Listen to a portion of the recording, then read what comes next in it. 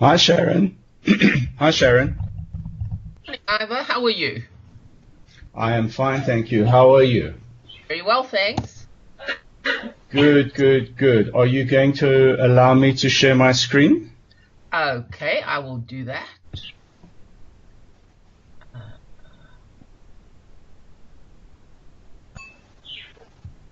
Oh, now where have you gone? There you are. Okay. Should be coming through in a few seconds.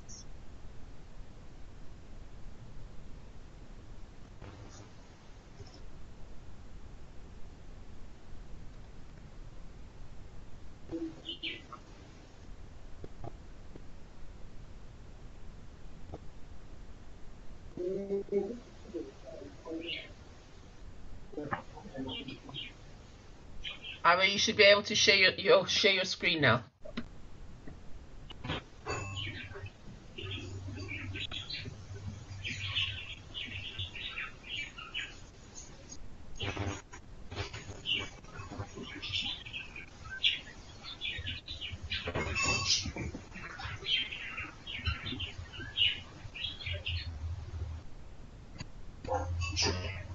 Right. Can you see it?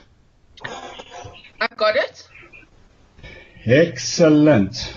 Okay.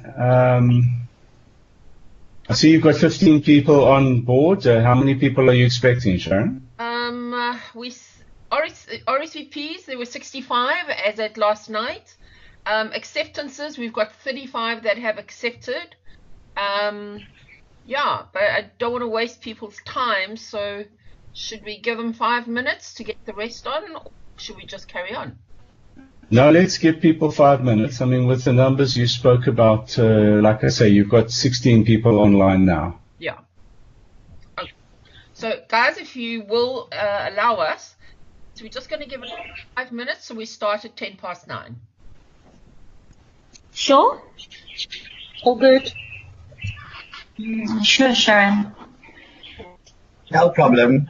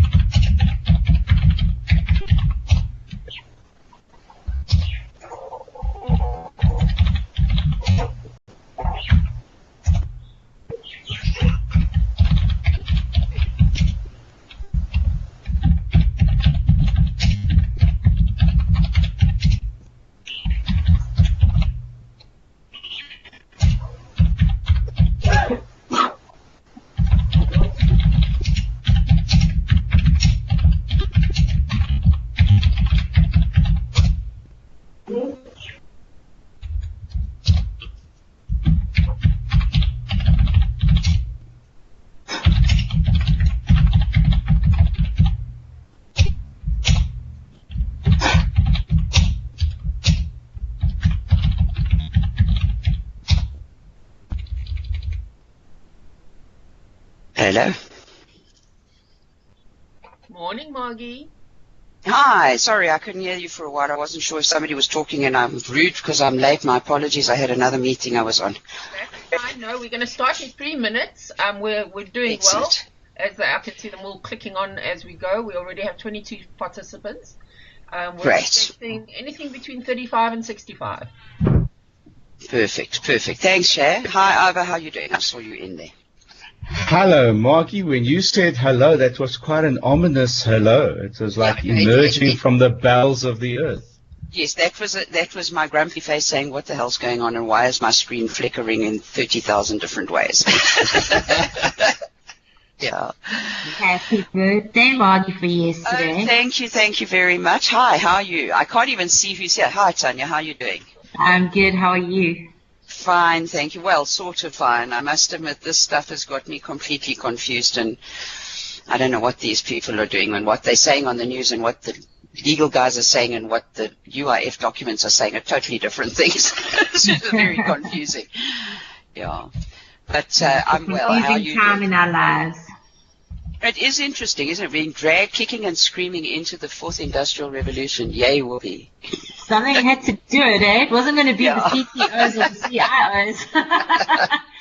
So, I have got people saying, do you use Zoom? Do you use this? Do you? And I think, for God's sake, can you please just use one platform? I've downloaded so many apps. I'm tired of this.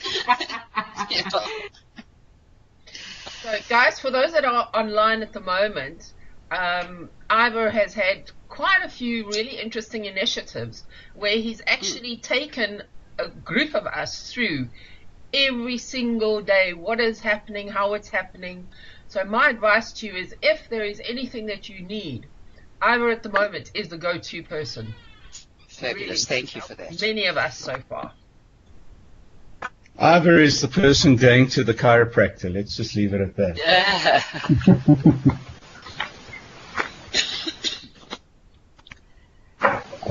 So I think we should start, Sharon. Yes, so welcome to everybody. I'm sure the stragglers will, as I said earlier, run around in their pajamas and finally come online. I think a very, as Margie and Tanya just indicated, a very confusing, a very important stage of where we're at the moment.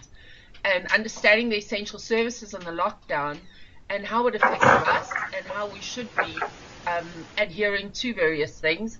There have been a number of articles and newspapers, and it's been all over. Contact centers really were not behaving themselves. So, Ivor, I leave it over to you so that we do not get into trouble like the others. All right, so thank you very much, Sharon, and I hope you can all see the screen that I'm using. But basically, there are 4 things I think is of importance to the sector of contact centers. The first is I want to talk about operations and restriction of operations in terms of definition of essential services. I want to talk about those companies that need to be locking down the sides of their businesses that cannot be construed as essential businesses. And I have it on very good authority from the Department of Trade and Industry that they're wanting to set a couple of examples, and one of the examples in terms of contravention of essential service operations is going to be the contact center sector. We'll talk a little bit about that.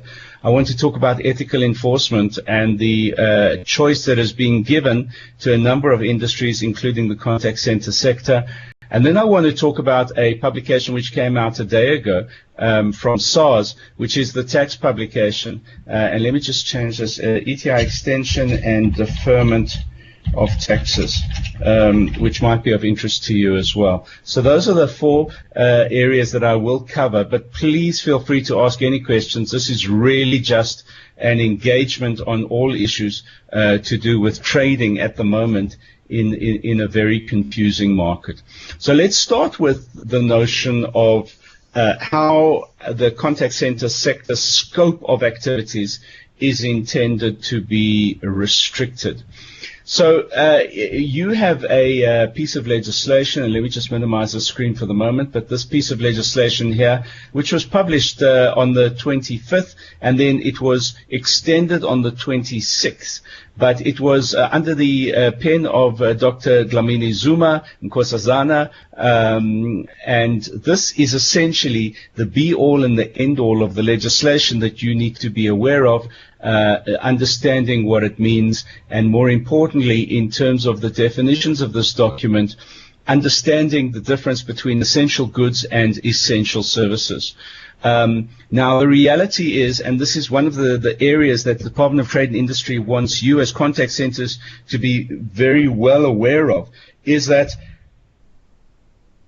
number one, there is a distinction between essential goods and essential services. Essential goods are the products, only the products, not the services. The products which are utilized by essential service businesses in the course of their action. So an essential service business might be a doctor, and a doctor might need gloves and might need antiseptic cream. I'm just being ridiculous. So it is the pharmaceutical companies that manufacture or import gloves and antiseptic cream that would be in the business of essential goods, supplying those goods to essential services, which is the doctor's practice, the doctor's surgery. Now, the reality is that company that distributes the gloves and the cream might also sell Simba chips, might also import a whole lot of sex toys, etc., etc., etc. And what you need to understand is it is only for the purposes of the gloves and the cream that company would have an essential services license. Where does it get the essential services license from? It gets it from bizportal.org.za, and BizPortal is in fact going to print the certificates and email the certificates of the right to practice in essential services. But BizPortal will very, very specifically restrict that company's scope of operation to the cream and to the gloves, and not to its general procurement or supply chain that it ordinarily might be affected. So unfortunately, the sex toys in that example would be regarded as non-essential goods, and it wouldn't be able to trade in those toys for purposes of the next 3 weeks. That's critically important. Sorry, yes? Just so, if I can give a good example, poor people like me, I can't buy cigarettes. It's a very depressing situation. Right. So the good news for people like you, though, is that there is a gazette. No, the good news for people like you, I wasn't about to say you can use the sex toys instead. I was about to say, Margie, that I have it on some kind of authority that there is a move afoot to vary the purchase of cigarettes and the sale of cigarettes, because they're starting to realize that no, I'm not even joking. The murder rate's going to increase. Yeah, exactly. So, yeah, absolutely. It'll cut down on grumpy calls to their emergency lines. Yes. But there's a very good chance. But real. I've go to the shops and they've shut all the non-essential kiosks and things down. It's not a joke, and the reality is it's likely that they're going to be extending definition of essential services to include cigarettes, believe it or not.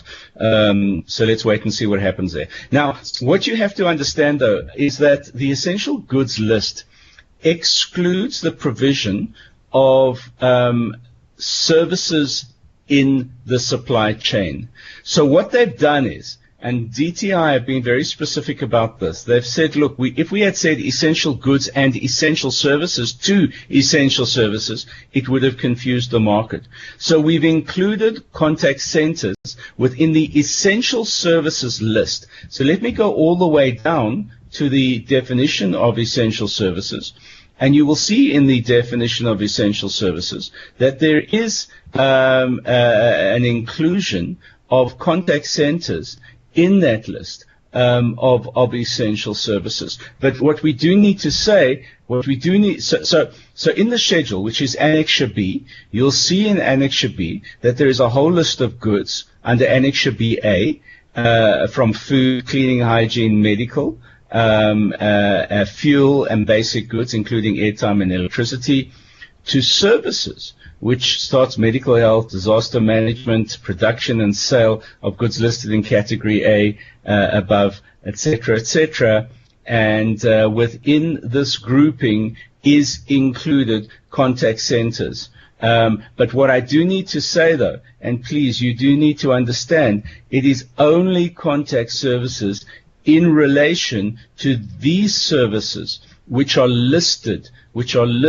So, for example, the widest berth of the definition of contact centers, which might be regarded as essential services, is in the supply chain to grocery stores, including spaza shops. So, for example, if you run a contact center business, an ordering management and supply chain contact center for Simba chips, for Willards or for ABMB, if you do that, then in fact, in that relationship where you have a pre-existing contract and you're supplying grocery stores, including spaza shops, with these products over here under Annexure BA, you would get away with it and you would be able to register under bizportal.co.org.za. You would be able to register your contact center activities. Although what I can tell you is that BizPortal have been, or the administrators of BizPortal have been instructed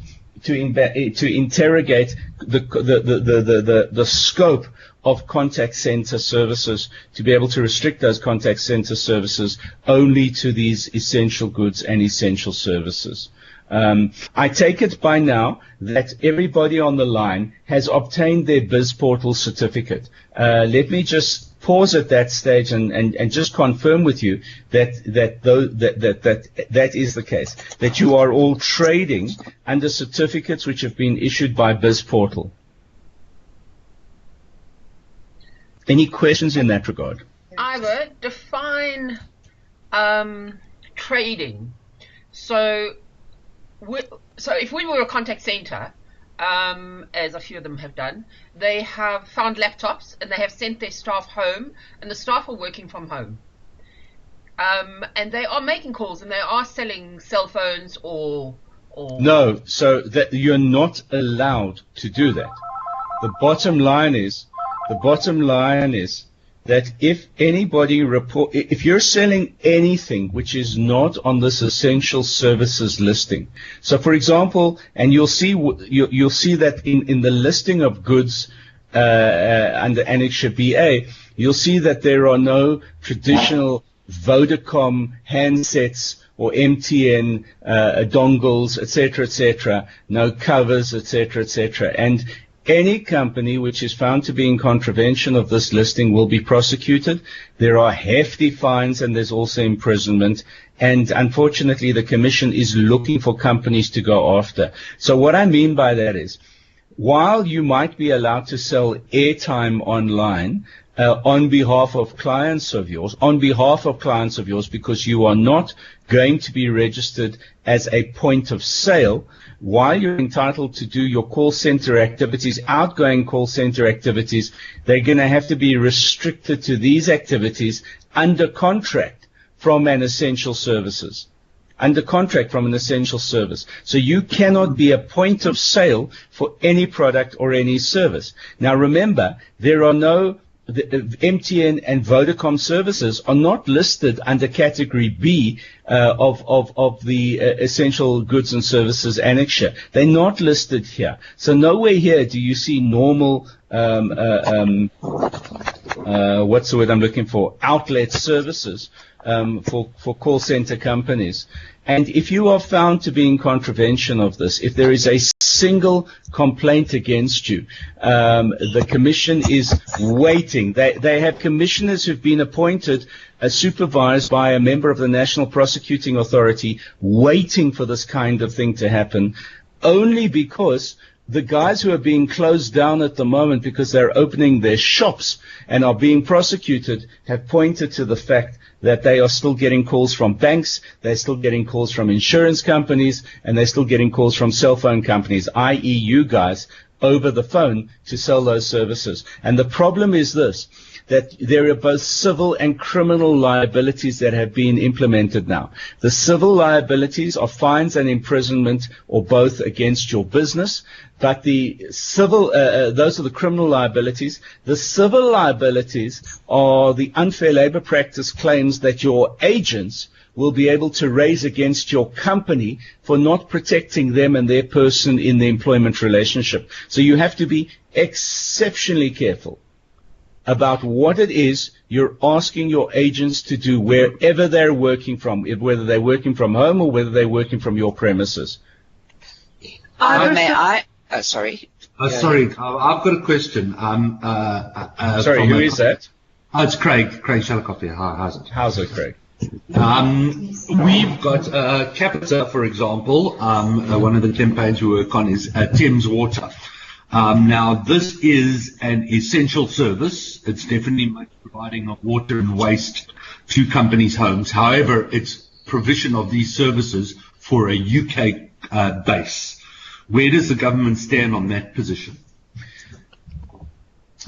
So sorry, Craig. Just explain what it is you're selling and on whose behalf you're selling it. Sure. So it's not selling anything. It's an inbound customer service line for the provision of water. So the Thames Water are a water and waste provider for the greater Thames region within the UK. So the whole Thames Valley, so pretty much the entire south of England's water supply and waste supply is provided by Thames Water. So that is an essential services under the electricity, water, gas and fuel production. All right. So what the Department of Trade and Industry has said is this, that where there is an outbound BPO activity to an international client, you would need to write to the DTI directly. You cannot go through BizPortal because BizPortal, unfortunately, wouldn't be able to process that application. You would need to write directly to the Director of Business Process Outsourcing at the Department of Trade and Industry, and you would need to give them to give you the equivalence of a trading certificate which ordinarily would be issued to you by BizPortal. I'm not sure, and I have no idea whether that division is itself under lockdown at the Department of Trade and Industry or whether it has a skeleton staff. The reality is, Sharon, I know that you've got very close contacts with the director of that division, and it might be that you need to send on behalf of all of the outbound services, all of the BPO activities which are outbound, you might need to collect from them the group of companies that are offering these services and do a blanket application to the BPO division at the Department of Trade and Industry for those outbound services to continue operating remotely or physically from their own premises. However, because you wouldn't have a BizPortal certificate, if you ask these people to come into your workplace, Craig, and you ask them to continue to manage their client relationships from your workplace, you need to be aware that you need to have documentation from the DTI. So should your workplace be raided by the police, and what the police are doing is they're roaming the streets, they're looking for the buildings that people are regularly walking into in the mornings, and then they're going into those buildings to see if there are businesses which are open. You would need to have the documentation which is an alternative to your trading certificate that you ordinarily would get from BizPortal. Now, it might be that the Department of Trade and Industry has already come to an arrangement with BizPortal for BizPortal to issue your trading certificate as an essential service for outbound call center activities. And so therefore, Sharon, if you do write to the director, it might very well be that on behalf of all of those companies, you can simply get those blanket certificates and issue them to the businesses. However, the reality is none of those services are included for South African purposes under the definition of B.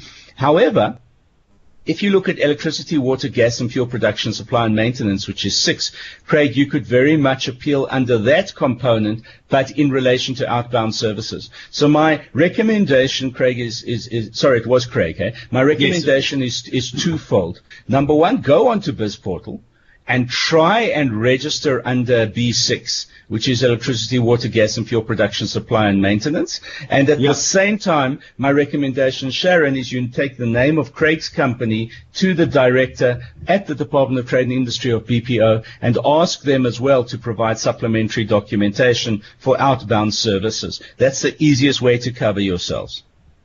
Thanks, I appreciate the feedback. Sharon, are you comfortable doing that? Yeah, absolutely. No problem. Thanks, Shirley. So Sharon, what I would do is, if I was you, is I would write to all of your members and I would say to them, for all of you who are currently offering outbound services, please give us a brief description of those services, because we're intending to include them in a memorandum to the Department of Trade and Industry Director and ask for authorization to include them under category B, which are services, but to international clients rather than to local clients. I don't think there'll be a problem, but I do think you need to formalize it before anybody gets hold of you. And the last thing you want, unfortunately, is not the South African Police Services, but the South African Defence Force deciding to get heavy-handed with you. And as I say, they're a little too trigger-happy at the moment to let that happen. Yeah, no, absolutely not. Just to clarify on that final point, just to wrap it up, and thank you very much for that information. It is valuable. The services that the team would provide is actually offshore, not outbound. They take inbound calls from customers who are in need in water. So that's the category. We don't do any outbound. There's no sales involved in it. There's no pushing of it. It's purely a customer service portal to allow them to service the UK customers. So an offshore portal. Okay, fantastic. Right. If I may. Yes, sure, Margie. Sorry. In the context, I'm now going to switch the focus to domestic and outbound. I understand Craig's position, and I think he's going to get a pass easily. But I want clarity for myself and hopefully for other people listening. What you're saying is that anybody who has enabled home-based agents, notwithstanding, they have to qualify in terms of Section B as a definition. So B3, for example, talks about financial services, insurance, including insurance services. However, they have to still have a certification from BizPortal as a permission to operate, notwithstanding that the agents are operating from home. Is that correct? Please just repeat that. The line was going in and out. Sorry, so I'm now focusing on domestic business outbound. Yes. In terms of B3, you've got the whole banking, financial services, and it specifies in there insurance services. Yes. Notwithstanding that agents are home-based agents, so they have been empowered to operate from home, you still need a certification from BizPortal to empower them to continue to dial out. Is that correct? So now this is the very important thing. The business that those agents work for has to have a certificate from BizPortal. So give me an example of a business that the agents would be working for. You've got a number of outbound, let's say, motor car insurance sales. Okay, no. Not allowed. Margie, please hear me out. This is critically important. Okay, so here's the confusion. Let me just articulate the confusion, because I suspect a number of people will have had the same confusion. In response to the appeal to preserve jobs, the appeal was enable people to work from home as far as possible. What you're saying is that even working from home is only legitimate in the context of essential services. Is that correct? Absolutely. Okay, I don't believe that is the general understanding out in the marketplace. Well, and certainly not anybody that I've spoken to, and I've consulted with labor people who haven't given me that understanding. Well, I'm telling you that is precisely the issue. I'm telling you that's precisely the issue. I'm telling you that if the Department of Trade and Industry get wind of the fact that there are outbound service agencies that are not working for insurance companies simply on an inward-bound customer service function, number one, and if there are any outbound services only in relation to those essential services. So a practical example might be Hello, my name is Ivor. I am giving you a ring to find out if you understand how the force majeure component of your insurance policy works. And if not, what we require you as an insurance company to do to request more information in this regard. Now, that's a legitimate outbound service under these definitions. Not, hello, my name is Ivor Blumenthal. Do you have motor car insurance? Okay, I understand. And I think it's a very significant clarity, certainly for me and for colleagues that I know about, and I hope a useful one for people participating. Yeah, okay, I'd maybe just jump in here. It's Jacques here from Talkshow. Hi, Jacques, How are you? So I think this is a very, very critical thing for us to clear up, because it's certainly not the assumption that we've been operating under all the insurers for whom we work, and they themselves are continuing to do various kind of sales activities in this period. Where does this thing come from to exclude sales or outbound activity? I don't see that. So let me give you a practical example, Jacques. Let me give you a practical example of a situation. Hello, my name is Ivor Blumenthal. Would you like to buy a Suzuki Swift? Now imagine what the Competition Commission would say, because they would get a complaint from Clive at Suzuki Bramley to say, hold on a moment, that's unfair competition. You've allowed the contact center sector to continue to sell online, but you've precluded me from opening my showrooms. You follow what I'm saying? I follow what you're saying, what competitors might say, but in this case it's insurance. They're all sold on the phone or online, and those companies that are selling them only sell them on the phone or online. No, absolutely not, and I'll tell you why I say absolutely not. Hello, my name is Ivor Blumenthal. I want to sell you PPS insurance. Imagine what those thousands of PPS brokers out there who are not able to make face-to-face calls would be saying in that process. So, Jacques, look, the easiest way to resolve your problem, but I would say to you, you've got to be very careful about what you awaken here.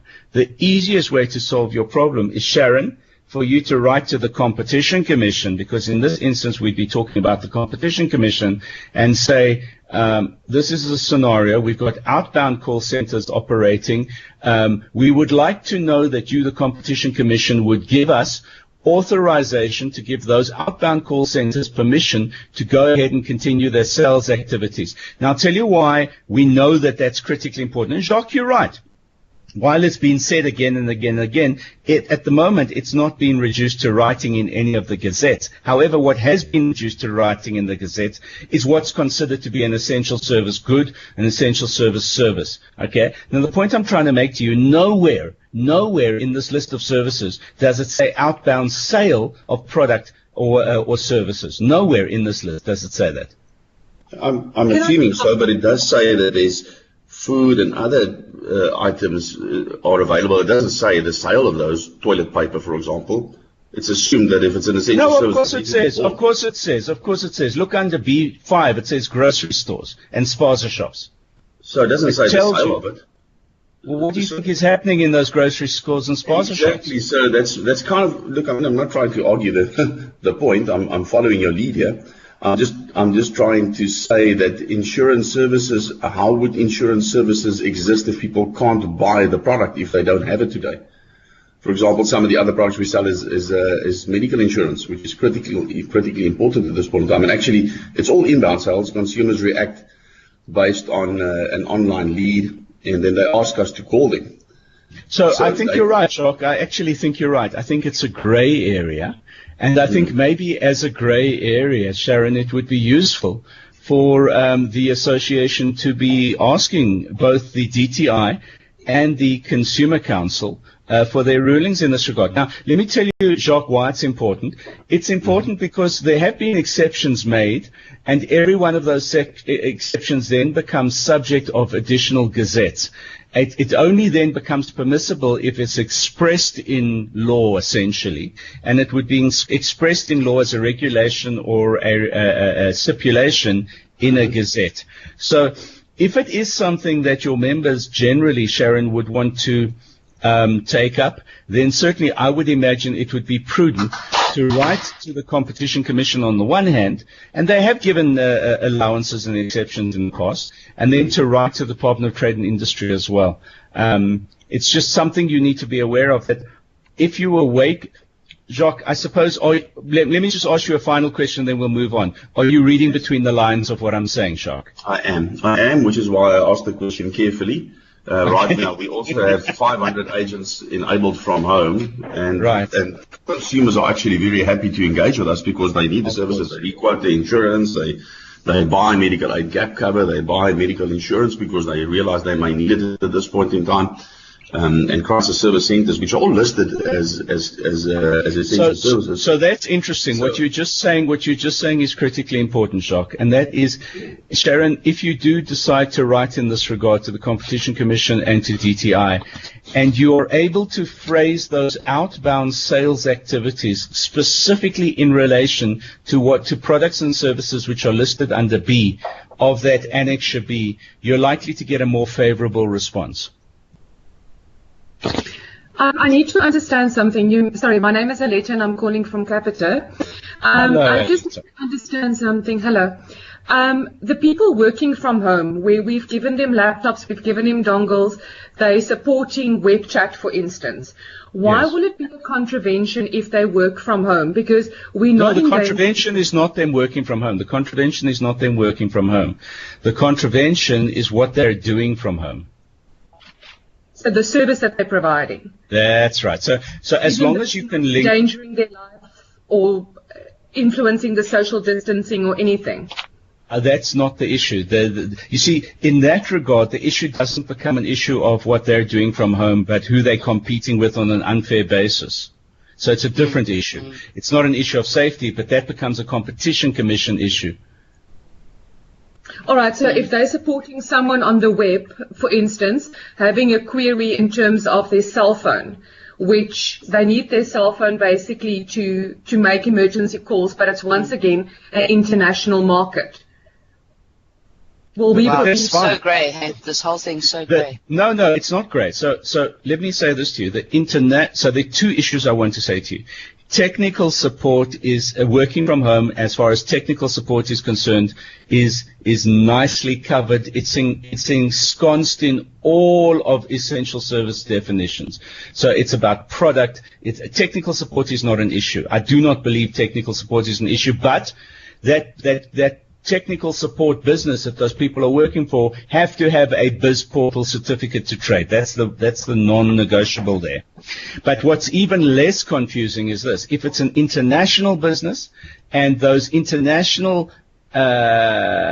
inward-bound, outward-bound international service providers amongst your membership are covered by a blanket agreement with Department of Trade and Industry that I've suggested to Sharon she obtains, it's even less confusing because that's not a local market. So there are two issues. Oh, and sorry, just before I say that, there are two issues here. The one issue is an issue of protection of people in terms of social distancing, and the other issue is the issue of competition and unfair competition that you need to take care of with every one of these decisions. But the one thing I did want to say is this, that even if a person is working from home, my recommendation to you as a call center company is you give them an affidavit to that effect. So you send out to each and every one of them an affidavit to say that they are working from home. This is what they're doing. Not an affidavit, sorry, a directive to say that they are working from home. This is what they're doing. They're doing it on behalf of the business, and the business has a certificate to trade under Biz Portal. Does that make sense? It does. Thanks. Okay. It's Judy. Sorry, just one last question. It might be a bit of a curveball. When you're providing learning and development services, guys, and you've got people midway through a learnership or program that you are now supporting from virtually, so they can learn at home. How does that fit in, Iva? I'm just thinking around. It's a tricky one. No, it's actually, unfortunately, it's not a tricky one. And I'll tell you why I say that, Judy, two things.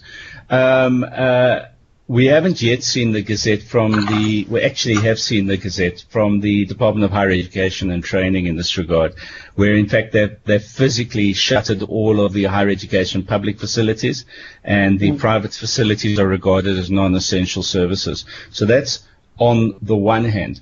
On the other hand, what we've started to see are SETAs, such as, for example, the Services SETA, which produced a certificate to say that any students involved in higher education and training, I can't remember the period, I think it was only for the period of the lockdown, or it might in fact have been for 3 months, I can't remember, but basically them saying that only in relation to the stipends which were being paid on learnerships, but that those stipends would be carried over until such time as those institutions that were doing the training were reconvened. Now, again, that is a grey area as far as online training is concerned, and I don't think you're running any risk in terms of online training, because there has been an imperative to face-to-face training to shut down, but it cannot be outward-bound sales services for online training. It would simply have to be. Well, actually, it can be outward-bound sales. Really. It could actually be outward-bound sales services for training. I'll tell you why I'm saying that. Funnily enough, is that government themselves are promoting on a regular basis that this is a time for people to be registering on programs. UNISA haven't shut down their online services. So that is a gray area. I'm asking all of you to read between the lines of what I'm going to say now. But it's the easiest thing in the world for the association to then write to the Department of Higher Education and Training and say, on a blanket basis, we would like authorization for our call center companies that are involved in training and development activities online to continue to operate. However, what you have to be aware of, that on the one hand, it's a no-brainer for them to say, well, obviously continue. But on the other hand, if they are aware of their interdepartmental obligations, they could very well say, hold on a moment, we have to get authorization from the Competition Commission, and that could open up a whole different can of worms. So you've just got to be very, very careful. And when I say read between the lines, and what I was saying to Jacques as well, is Jacques, absolutely no. Sorry, I wasn't, it was rhetorical. I was saying to Jacques, absolutely no, you can't, but it's better to ask for forgiveness than permission, if you understand what I'm saying. Yeah. Sorry, I know that's not something I should be saying, but I hope you understand what I'm saying. Look, just a last. Well, it's not a last. I'm sure there's going to be 100 questions, but just for us to understand the issue here is that there are certain essential services that are named that can continue. My case is insurance, in some other cases it's water and sanitation. Telecoms, data, thankfully, is another one that I have, which I know is exempted. But somehow the legislation is mute on whether you're allowed to sell those things during this period. You're allowed to deliver them but not sell them, exactly. Which is extremely confusing to me, because how would consumers get access to them if you're not allowed to be sold? So, that's a great idea that we're trying to get across. No, Jacques, trust me, I fully understand what you're saying. The key probably lies in two words, and that is that it talks about maintain. And I would argue that in actual fact, a new sale is not a maintenance of an existing. And I think that's probably where we're going to fall foul of it. No, I'm assuming that's right. But say, for example, now I'm sitting at home and realizing I don't have medical insurance or medical aid or gap cover, which is one of the other products. And flip, I better get it because I might end up in the hospital. Where am I going to get it now? You're completely correct. Jacques, you are right. I think, what Margie is talking about is Appendix B, Section B, number 3, which reads, financial services necessary to maintain the functioning of the banking and payments environment, including the JSE and similar exchanges, as well as insurance services. But she's talking about that term, maintain the functioning, rather than necessarily outbound sales. All right, but look, I think. Sorry, maybe just one question on that. Is there a difference between outbound and inbound sale? If I want to phone my way today and change my vehicle, should they not answer the phone? I don't know, Jacques. Look, I think maybe, Sharon, what we could do is you've got some trusted confidants in the Department of Trade and Industry that it might be useful, you and myself having a telephone conference with them about to seek clarity on this, but off of the record rather than on the record. Sharon, maybe you and I can set up a call like that. Ivor, we will do that. I've taken notes of all these people that we need to contact, but I think our first port of call is that everybody who is wondering, should I, shouldn't I, BizPortal would be your first port of call, because they're going to give you some direction, and then we can carry on behind the scenes, because as you say, I'm not sure if the DTI are all working. So that's the critical point. Whatever you're doing, Jacques, Judy, whatever you guys are doing, you're not going to be able to do anything unless you have a certificate to offer services as essential services. So you're going to have to find something on that list to hang your coat onto, to say, this is what I'm applying to BizPortal for, and it's in relation to this particular point under either goods or services on that schedule of that government gazette. BizPortal will then email you that certificate, and then from there, everything becomes possible. But I do want to say, Sharon, and you and I can take this offline and have this as a discussion, I think we need to do everything we can to protect our members, and in that regard, I think we'll move into a different space. All right, so I'm going to... Sorry, I keep on saying this is the last question. So we do have certificates from BizPortal. They gladly issue them to us within a second. So we do have these. Are you saying that those stand as authority, and that should, because I'm a little bit concerned I should let all my agents learn and I'll stop selling. Yeah. So Jacques, for the time being, don't make any changes. That's what I'm saying to you.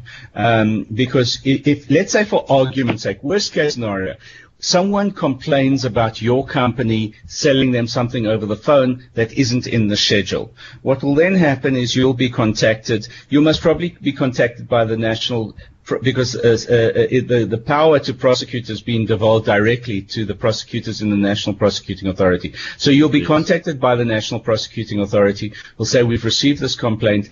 Are you doing this or aren't you doing it? You'll say, but hold on a moment, I've got a certificate to offer essential services. And they'll say, but hold on a moment, this wasn't offering essential services, this was a sales activity. And you'll say, well, sales activity for medical aids or for insurance company are included in terms of our interpretation of this definition. It might be useful, you said you spoke to some lawyers, it might be useful for you to just ask for a clarification from those lawyers that in their opinion, the outbound sale of those essential service products are in fact covered under your current certificate to trade. And then you're covered. It's highly, highly unlikely that, because the question you asked is the question the National Prosecuting Authority will be asked to consider. Where is it specifically prohibited? And so there's enough gray area for you to play around in, as long as you've got the documentation. If a South African Police Force service marches into your operation and says, this person says they work for you, are you forcing them to sell these products? Your answer is, here is our certificate to trade, here is our letter of clarification from our lawyers, we believe we're acting in the right side of the law. No South African Police Service person is going to try and take you on with that kind of evidence. Okay, wonderful. Thank you very much. All right. Just a question as well. It's Alain here. Wanted to confirm, we spoke a lot about outbound calls. What about inbound for international clients? So there, what we are going to do, definitely, is we're going to get the BPO division of the Department of Trade and Industry, if we can find them, and I do make that proviso, if we can find them. Otherwise, what we will do as an association is we will try and issue some kind of a blanket directive in this regard, and rather let them come to the association and we'll deal with that as the association. But the point is, as far as supporting outbound clients is concerned, for inward-bound calls, I don't think there's any issue whatsoever.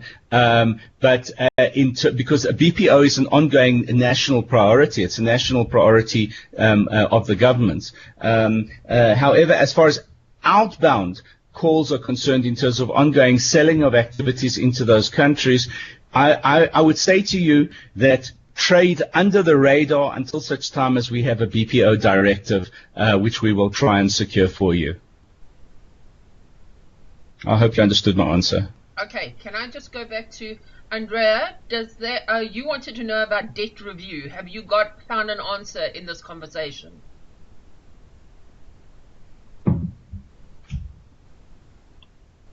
I think just if you have a look at the questions there, we've got Andrea asked. Oh, sorry, I wasn't looking at the questions. Sorry. Review form part of the payments environment as an essential service?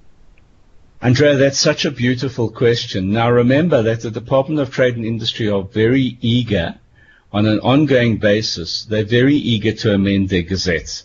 That is a question that I do not necessarily believe that has been considered by the Department of Trade and Industry, and because of that it might be considered to be an issue of interest rather than an issue of right, sufficient to cause them to reconsider that list in terms of debt review. So we can instead of asking the question, we can go back to them and we can say, online support around debt review is not covered in your services because number 3 is not necessarily wide enough to cover that. Financial services to maintain functioning of banks and payment environment. There's nothing in there about debt and debt management, debt review in this time of debt crisis.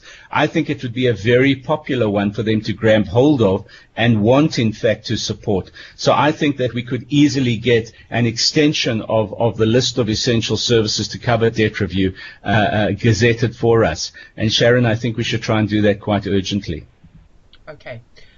Matthew, are you happy that you've had response on yours, which is basically unpacking Craig's question as well? I'm happy. Cool. Thank you. Okay, Ava, let's go. Sure. Okay. That was a great discussion. I didn't anticipate that this hasn't been resolved yet, so thank you for that. All right, so what I do need to say is this. There is confusion. In fact, there are some associations and even bargaining councils that are saying to their members that you cannot have one foot in each camp.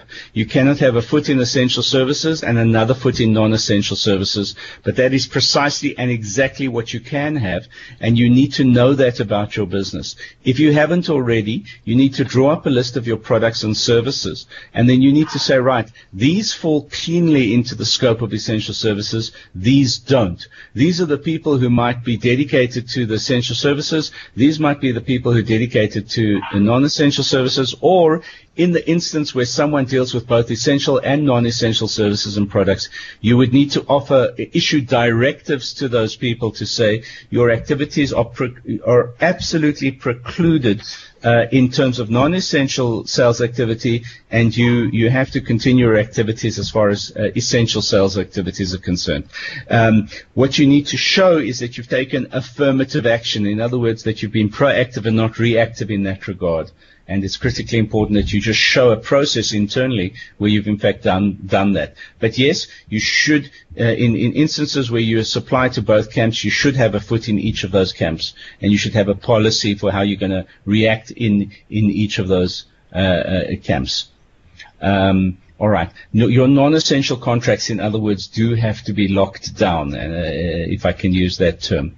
All right. So any other questions, or I will move on to how lockdown actually happens. But let me see here. Vanessa says, we supply cable to the various companies in the manufacturing side of food, water industries, which do fall under essential services. So if you supply cable, and you have a supply business of supplying cable, and BizPortal have given you a certificate to practice, then there's absolutely no issue there. You're entitled to receive inward bound orders.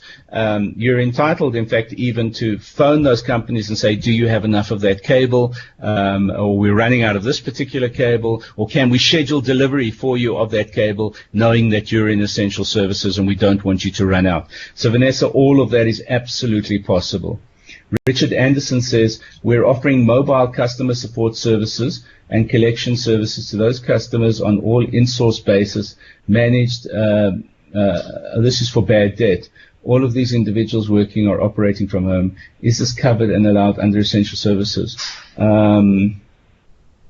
If it is linked to an essential service, if it's classified as an essential service, then absolutely, Richard. If it's not on the essential services list, then no. I'm not certain how you're distinguishing your question, Richard, from the conversation that's already gone on. Maybe you just want to tell us.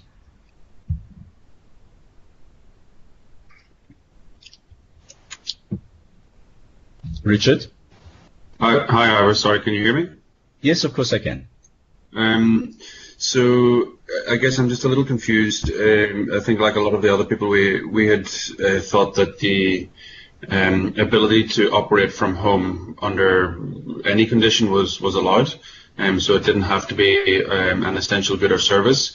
But I did see somewhere, and I'm just looking through the document trying to find it, I did see that customer support for telecommunications, I think, was classified at one point as an essential service.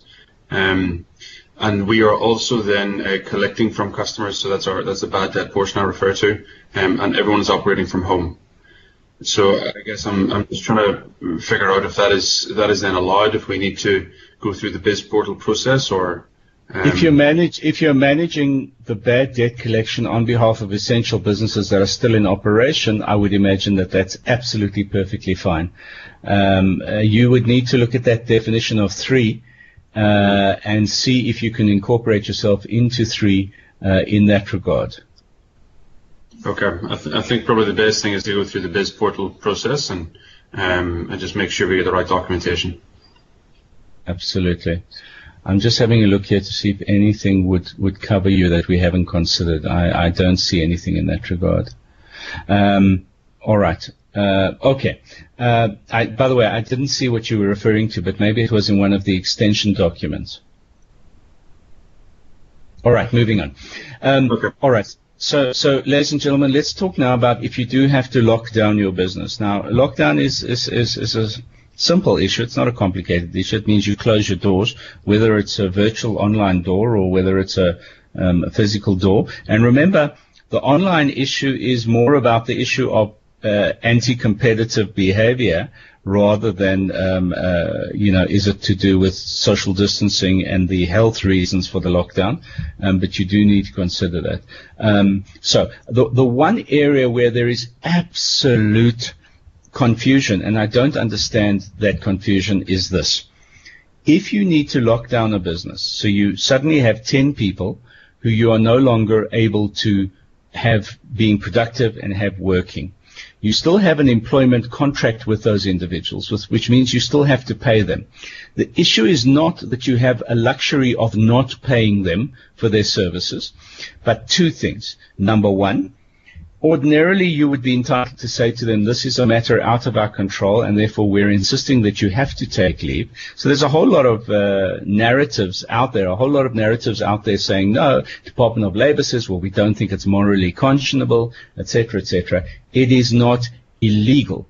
So from a legal perspective, you're entitled to say to people, we're insisting you take leave, and it cannot be sick leave unless you're sick. Remember that, please. But we're insisting that you take leave, and at the end of your leave period, if you still have to be in lockdown and you have no more leave due to you, then as a matter of law, we're insisting you take unpaid leave. Now, there are 2 intervening factors in that. So that's the law. The law says you're entitled to say to them you have to take leave, and then you have to take unpaid leave. And by the way, you can give them an option.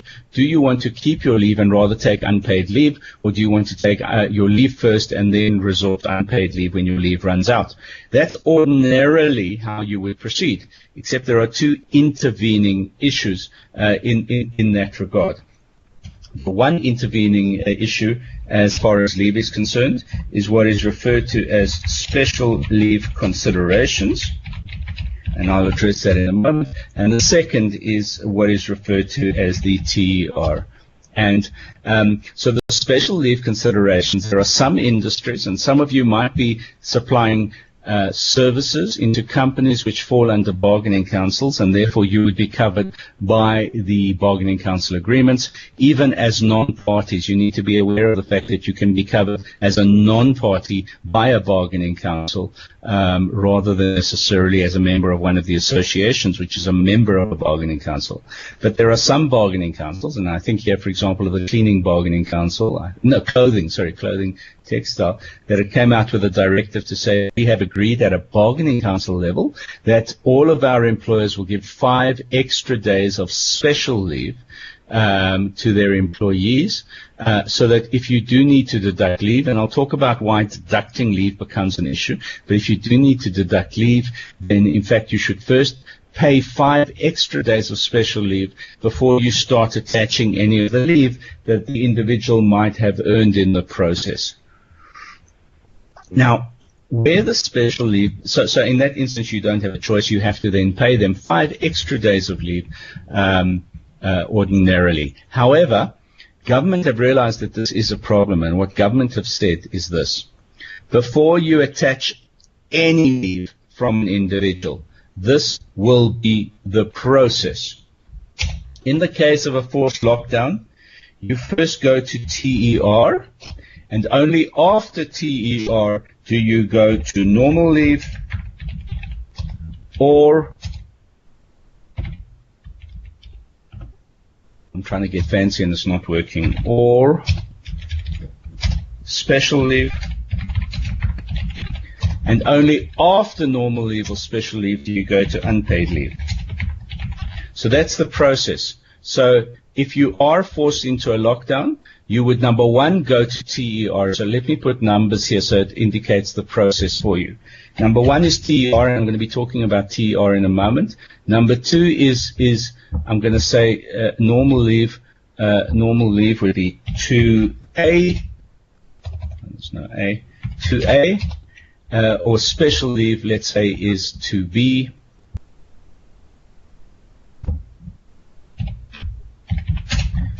And then unpaid leave would be, in fact, 3. So that is the process. Now, what companies are not realizing is that they are asking employees to fill in leave forms now, even though the law, the UIF TER law, it is now law, says this: you first apply to the Unemployment Insurance Fund for temporary employment relief. The TER relief says this: you, the employer, have to pay this person while they're away for those 3 weeks. However, in paying the person, you also have to have applied to the UIF. If you pay UIF on their behalf, you have to have applied to the UIF for TER funding, temporary employment relief funding, and you, the employer, apply for it, not the employee. You apply online for it by registering for it, and in the process of doing that, we will automatically then pay that to you, the company, and you will pay that back to, and you will then set that off against your payroll. You'll set that off against the payroll. Now, where this all becomes important is in understanding payment. And it's critically important, ladies and gentlemen, that you understand payment. You have an employment contract obligation to pay. You've not retrenched. You're not allowed to retrench for this reason. So you have an employment contract obligation to pay. You can't get out of that obligation. It's critically important you understand that, ladies and gentlemen. You have an employment contract obligation to pay, number one. Number two, so you pay. You pay them what you ordinarily would pay them on a monthly basis. Then what you do is you claim UIF TER. Then what you have to understand it is only for the balance, and I'll address that in a moment, do you deduct from leave. And any of those previous categories that I mentioned of leave, which is 1 all the way through to 3. Oh, sorry, 2A and 2B and 3. So that's the process. You have an employment contract obligation, so you pay. Then you claim UIF, or at the same time you claim your UIF temporary employment relief, and only for the balance of what the UIF temporary employment relief pays you and what you paid the person, only for the balance do you then convert that into whether it is normal leave, which the person is due, or special leave if you're in one of those industries where you've been ordered to pay special leave. And in the instance where there is no normal leave left for the person and there is no special leave imperative, do you then not pay the balance? The problem you've got is this, that there is a gap between when you pay and when you get your UIF repayment. So you're always going to be running a month behind. So a practical example would be I pay you 10,000 Rand this month. I claim from UIF. UIF gives me 5,000 Rand back. You've got no more leave due to you. And therefore only at the end of next month will I be able to deduct that 5,000 rand that wasn't paid out to me? In other words, you get paid nothing next month. So there is that problem which occurs, and it's an art, not a science. You've got to manage through that problem. I do want to say you cannot blame government for this, because it was impossible for government to anticipate all of these consequences. But you have to manage through these consequences now that they do present and rear their ugly heads. Any question about that? Because I know that is confusing, only because you haven't worked with it up until now. Yeah, it's Jacques here again. Hello, Jacques. Thanks for that. It's very pertinent. We have, although we've managed to allow most of our staff to work, we've got lots of staff who can't work because we're in lockdown, or our building is closed down, like canteen staff and, or staff like that. Support staff, right. And support staff that's not required to work on the phones. And we've already started picking up some complaints because we've applied annual leave as the law dictated up until now. The question that I have is, are you saying that TER is now legislated? And is it legislated that we should first apply TER, then normal leave, and then other types of leave? Or is that a suggested process? In other words, am I breaking the law today? So you would never be construed as breaking the law just because of timing. But what you have to do is you've asked them to apply for normal leave. What you have to do is inform them that before you deduct the normal leave, you will apply for the temporary employment relief from the UIF, from the Department of Labor, and the normal leave deductions will then only apply to the difference between what you get back from the Department of Labor and, in fact, what you've had to pay them as their basic salary. All right. Okay. So that answers the one half of the question. The other half of the question is that we also didn't want to send people home without pay. So we've applied short-time principles, and even they may be working nothing, we've applied for example, a 50% or 60% short-term, short hours application, which I believe is the other way to go. How does that play into this conversation? So you are entitled to engage in a Section 189 process. If you're going to do short time, you have to go the Section 189 route. Section 189 route, it says, look, either for operational or for economic reasons, we're going to have to reconfigure the way we work in this environment, there is a whole range of things we can be doing, all the way through from short time through to salary sacrifice, all the way through to retrenchment. We would like your opinion in this regard as employees. In other words, there's a Section 189 process you have to engage in before you can apply short time. You cannot automatically or unilaterally apply short time to them.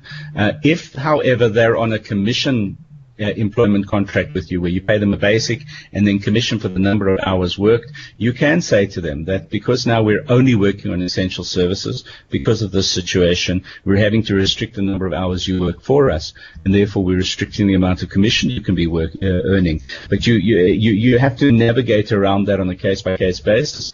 And again, you could in fact ask the Department of Labor themselves for a directive in that regard if you're confused. Yeah. Okay. No, that's fine. I think I just wanted to figure out where short time fits in with this, because all of us want to get through this on the other side, and it might be that instead of having some people earn nothing, we'd rather have a whole lot of people sacrifice a little bit in order to see us through on the other end. As long as there's agreement with your workforce, as long as there's agreement, if the workforce agrees, in other words, if you engage with them on a Section 189 discussion, because that's all 189 is, by the way. It's a case of saying we'd like to have a Section 189 discussion with you. If everybody agrees that for the benefit of everybody and they don't want to see retrenchments, we'll all take half pay, then you're fine, you're 100% covered. All right. Okay. Thank you. That makes sense. I do want to say this, though. I'm sorry to complicate it, Jacques. If those employees fall under so let's say, for example, your catering staff, let's say for that purpose you're a member of the Catering Bargaining Council, you would have to apply to the Bargaining Council for an exemption from the current agreement if it was going to last for more than a month or 2 months, etc. At the moment, it's only 3 weeks, so you're covered. But if it's more than a month or so, you will have to apply to the Bargaining Council for exemption in that regard. Okay. Yeah, that's true. I forgot about that. Okay, thank you. Makes sense. Any other questions in this regard, or is it clear as mud? I think we all have to kind of find our way through this. I think, understanding that it is extraordinary times may mean that sometimes we mess up the process a bit. I think what I'm concerned a little bit is about, it appears that there is a little bit of a public opinion piece happening here, saying that call centers are now the big baddies who force people to work and sell stuff which they shouldn't be selling. And it appears to be one of those people that the industry wants to make an example of now at this point in time. So, Jacques, let's unpack both of those comments because they're critically important, and we're talking here about CCI. So the bottom line is there are two issues here. Number one, the notion that call center companies are forcing us to work and they're operating in the non-essential services sector. That's the worst thing that could happen to you, because if it's found to be true, then you are criminally liable. The second thing is that forcing us to work against our will. Now, the reality is this, and now I'm talking from the employer association perspective.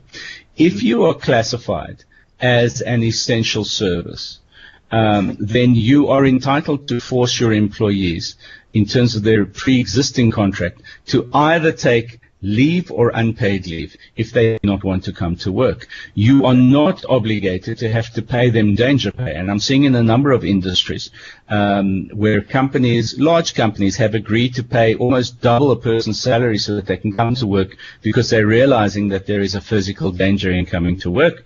And so they're doubling the individual salary. And then suppliers to those companies where their employees are saying, but you're not doubling our salary. So it is causing huge confusion in that regard. But the reality is, if you're classified as an essential service and the employee works for you, you can say to the employee, you've got a choice. You can either resign, or you can agree that you will take leave, the leave that's due to you and then unpaid leave, or you can come to work. It is absolutely your choice, but we have to continue operating. We have to know where you stand, because if you do not want to come to work, but we have a production facility in place, then we're going to have to hire your replacements immediately. So we need to know immediately what your response is going to be. That's a reasonable way of dealing with the issue that no one can criticize. Margie, I just want to come to your question. I heard that there is a deadline for registration for temporary employment relief. No, there isn't a deadline for registration, in the sense that you have to register in April, and you have to register as soon as possible in April, because you're wanting the UIF refund to come to you as close to the month end as is possible. At this moment in time, you would only get temporary employment relief for 3 weeks out of, or in fact for 2.5 weeks at this stage, out of the full month, unless the lockdown is extended. So the amount of money that's available to you is only for purposes of the lockdown, and it's not a case of first come, first serve, because 30 billion rand has been set aside for temporary employment relief, and they won't run out of money, but they will certainly treat your applications on a first come, first serve basis. And like I say, it's only for 1 month that it's going to be necessary at this stage, unless there's an extension. Let me just be the sword of Damocles and say that they have, however, anticipated a maximum of 3 months. So they've worked out that they're going to need 30 billion rand for a maximum of 3 months. And there are two indicators that government are seriously considering an extension of the lockdown.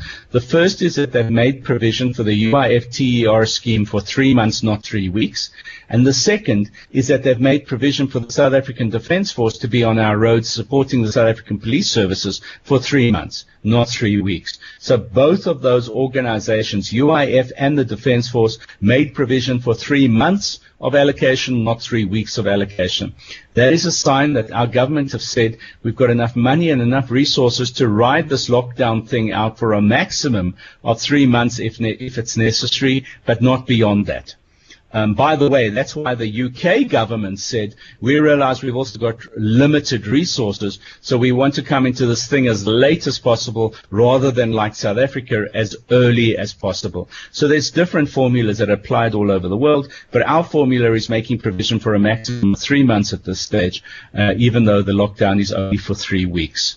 So, that's just something you need to be aware of and just need to be cognizant of as we continue to go through this process. I hope I've answered your question, Margie. Right. So if there are no other questions relating to non-essential lockdown and how these things work, then I will carry on. I'm just going to ask one last time. Is there anybody who still has a question in terms of how the money works, how the leave works? All right. So moving on, ladies and gentlemen, the Department of Trade and Industry are acutely aware of the fact that they cannot police hundreds of thousands of companies, in fact 750,000 companies which are registered with DTI for tax-paying purposes in some way or another. So they're trying to work through associations. And so what they're saying is that as far as the enforcement of ethics is concerned, first and foremost would be a voluntary submission for ethical violations. And secondly, if there is no association or confederation or bargaining council which oversees an industry or a sector, only then would they look for enforced consumer commission scope, and they are hoping that even in that instance there is a consumer commission scope which is countered by a memorandum of agreement with particular associations, federations or bargaining councils. So I suppose I'm saying to you, Sharon, that you have to decide whether you're intending to write to the Department of Trade and Industry, to the CCMA, although it would go into an email, and to the Consumer Commission, saying to those three organizations, our members have agreed to abide by our code of ethics, and therefore before you get the National Prosecuting Authority or any other state organization to investigate them, we would appreciate if you would give us the opportunity to know what the charges are so that we can investigate them internally within our organization first. If you're going to write a letter like that to any of those organizations, you have to have a written procedure, documented procedure that your members have agreed to for purposes of ethical enforcement, including, by the way, indicating that if you do come across a criminal offense, you will hand that docket, I hate using legal terms, but you will hand the docket over to the South African Police Services or the National Prosecuting Authority. And then your ethical policy needs to take account of both what you're going to be doing in terms of internal fines or recommendations to the police services or any of the justice cluster for purposes of considering imprisonment. So in terms of managing self-management of an industry or sector, if it has to do with behavior and competence, they would always first look to the industry associations or confederations or councils before they would go to the South African Police Services or the National Prosecuting Authority.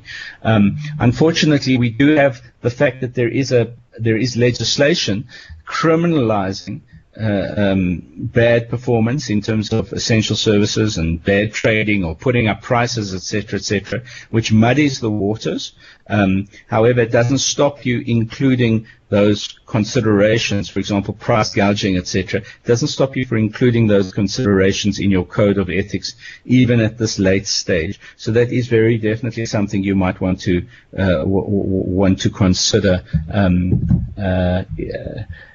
going forward, Sharon. I don't know if you've got anything you want to say about that. I don't know if you've been contacted by DTI in this regard either yet.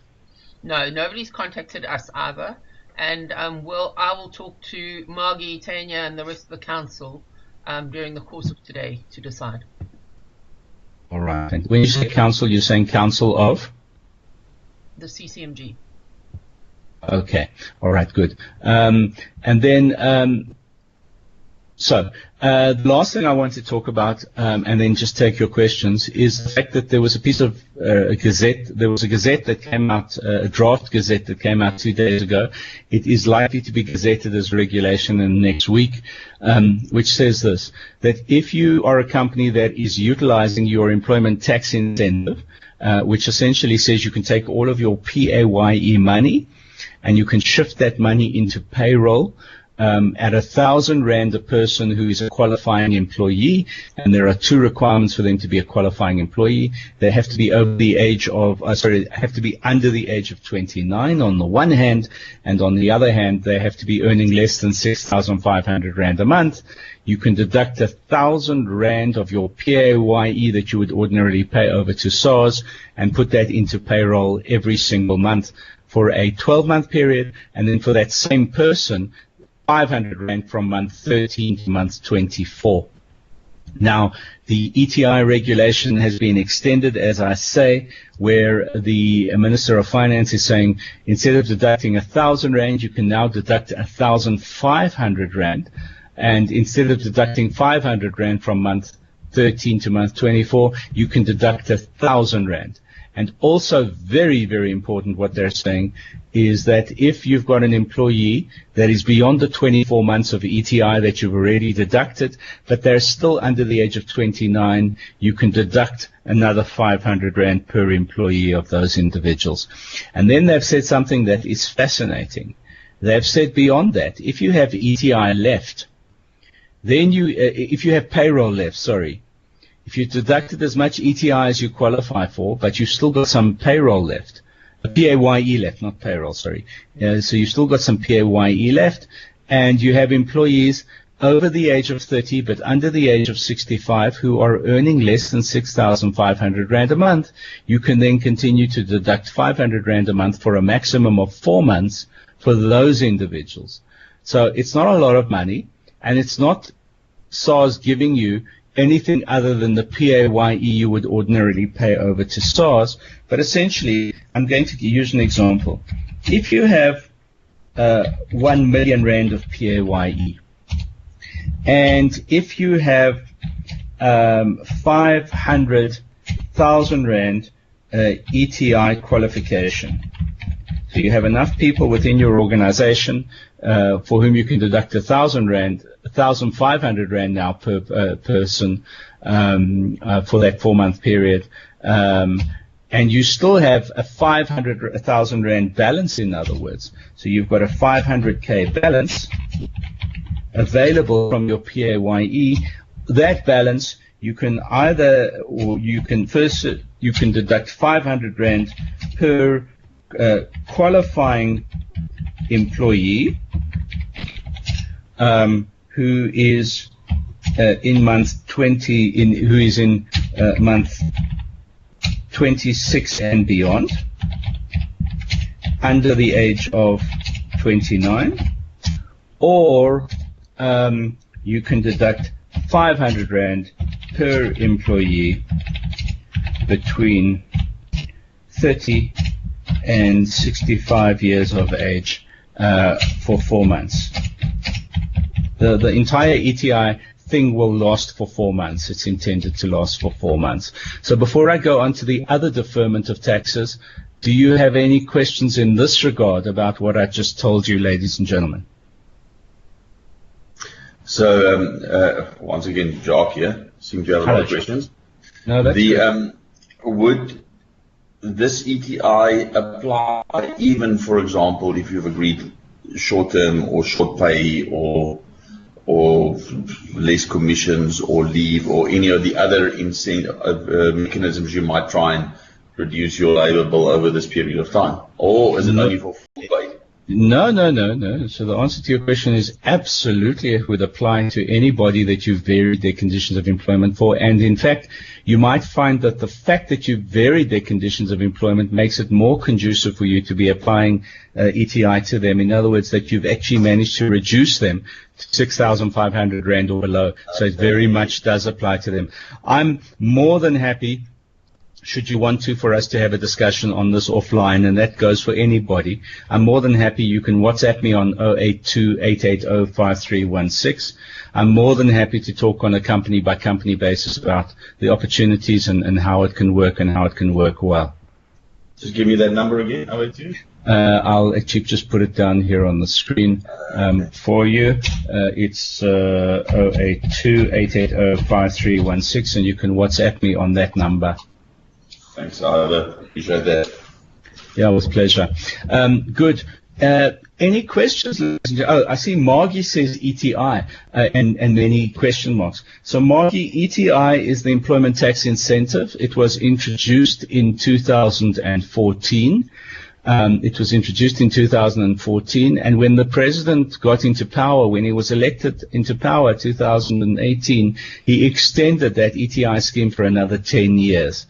So the Employment Tax Incentive, essentially the Employment Tax Incentive says shift your PAYE into your payroll or into your skills development and training agenda in your business. You can use PAYE, and the purpose of doing that is so that you can retain young people under the age of 29, that they don't have to take a salary sacrifice, but that in fact you will compensate what you're having to pay them by deducting 1,000 Rand out of PAYE every single month.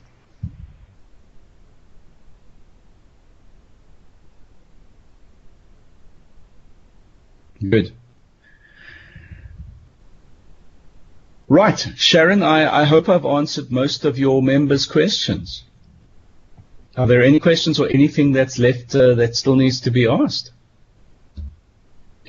Wait, your phone's going to explode in a few minutes. Hi, just a comment from me. Yes, Margie. Can I jump in quickly? I found it immensely useful and alarming and clarifying and all those good things, and now my day's gone for a ball of smoke. But thank you, Iva. I think it's been an immensely useful program, so much so that I think I would love to know, Sharon, if we could distribute any recording of this to anybody who is involved, because I sure as hell now I'm going to have some serious arguments with some people above me who are not informed on this level. Yes, Margie, it's all been recorded. For all of you, you will find on our website, we have detailed documents, the government gazette, everything that Iva has been talking about as we've gone through the process has all been uploaded. It is on our website.